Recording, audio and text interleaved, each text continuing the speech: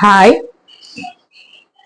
நம்ம இப்போ சிகப்பரிசி யூஸ் பண்ணி அடை ரெசிபி ஒன்று பண்ண போறோம். அது எப்படி பண்ணலான்னு பார்க்கலாம். இதுக்கு ஒரு 3/4 கப் சிகப்பரிசி, 1/2 கப் பச்சரிசி, 1/4 கப் கடலைப்பருப்பு, 1/4 கப் துவரம் பருப்பு, 2 டேபிள் ஸ்பூன் உளுத்தம் பருப்பு. இப்போ ஒரு பவுல்ல நம்ம எடுத்து வச்சிருக்கிற இந்த இன்கிரீடியன்ஸ் எல்லாத்தையும் ஆட் பண்ணிடலாம். 3/4 கப் சிகப்பரிசி,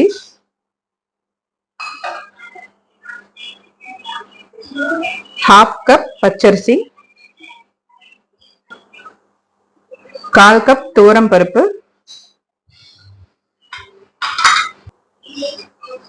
1/4 கப் கடலை பருப்பு, 2 டேபிள் ஸ்பூன் உளுத்தம் பருப்பு,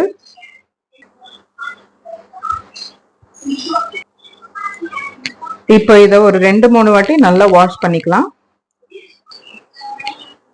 இப்போ இதுல தேவையான அளவு தண்ணி சேர்த்து நல்லா ஊற வச்சுக்கலாம். இதை மினிமம் ஒரு 6ல இருந்து 7 மணி நேரம் வரைக்கும் ஊற வச்சா நல்லா இருக்கும். இதை நான் இப்போ ஓவர் நைட் ஊற வச்சுக்கிறேன். மார்னிங் அடை தோசை பண்றதுக்கு ஃப்ரெஷ்ஷா மாவு அரைச்சிக்கலாம்.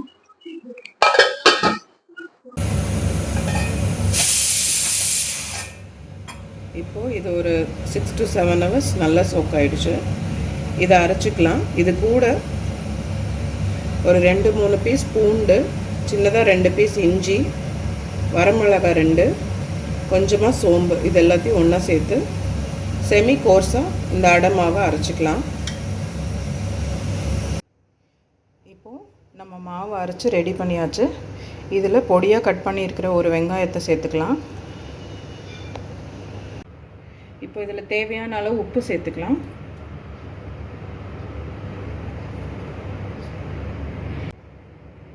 இப்போ இதில் கொஞ்சம் பொடியாக கட் பண்ணியிருக்கிற கொத்தமல்லி, கருவேப்பிலை இதை சேர்த்துடலாம். இப்போ இது எல்லாத்தையும் நல்லா மிக்ஸ் பண்ணிடலாம்.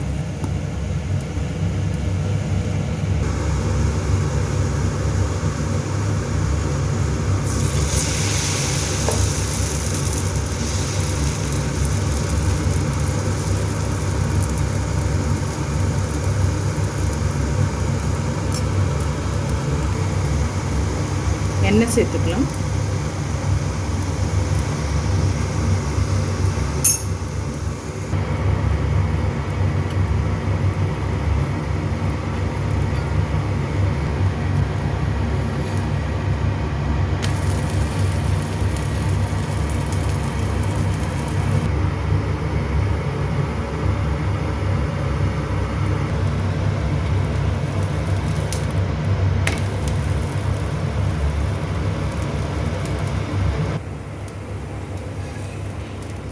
இப்போ ரொம்ப டேஸ்டி அண்ட் ஹெல்த்தியாக சிகப்பரிசி அடை ரெடி ஆயிடுச்சு.